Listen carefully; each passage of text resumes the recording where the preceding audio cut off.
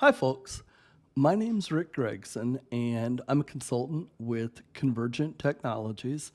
And I just wanted to take a moment to talk about a subject in the consulting world known as scope creep. And it happens a lot, frequently on projects.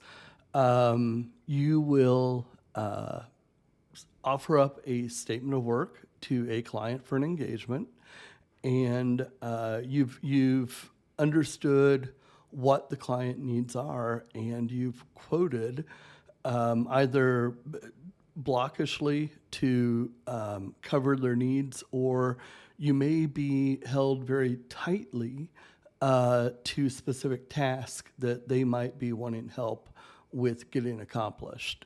And scope creep comes in when you're being asked to deliver tasks or bits of the project that were never included in the initial quote. Now, I don't know if this falls to a misalignment or misunderstanding between the parties that actually negotiate the statement of work and approve the statement of work versus the more tactical parties that are engaged in the day-to-day delivery, right? So what I'm saying is maybe the statement of work gets approved at the C-suite level, right?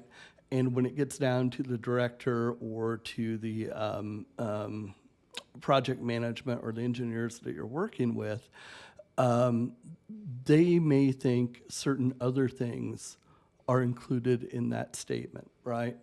So, so there has to be conversation around that when it happens, right?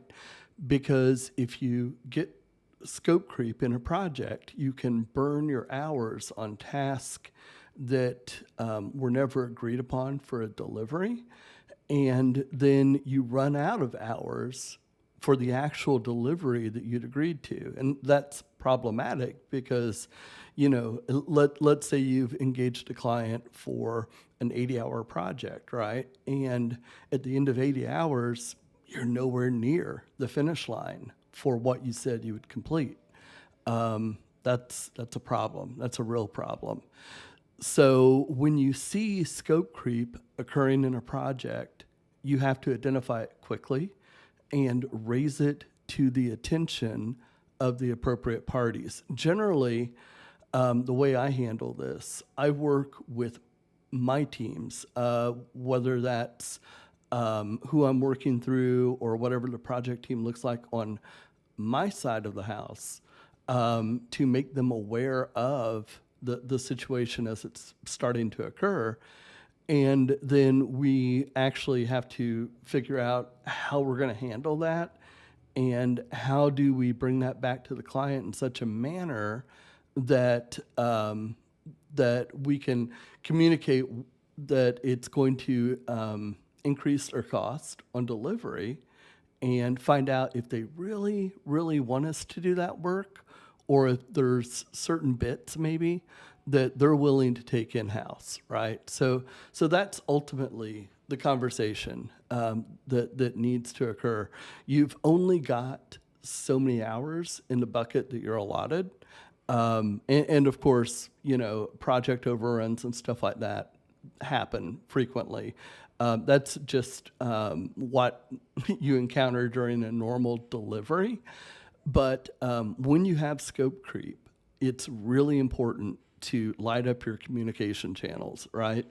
You can't sit back, you can't be idle as the endpoint, the resource, the consultant on the project. If you see stuff happening, it's kind of if you see something, say something. And you've got to let people know what you're seeing as it's coming, and how they want to handle it. Of course, is entirely something that the client and the relationship holder need to work out. If that's effectively you or your organization directly, then you're in control of those conversations, right? And you'll have to drive those. Um, but at the end of the day, this is something that happens almost very frequently on projects, right? I was going to say almost constantly.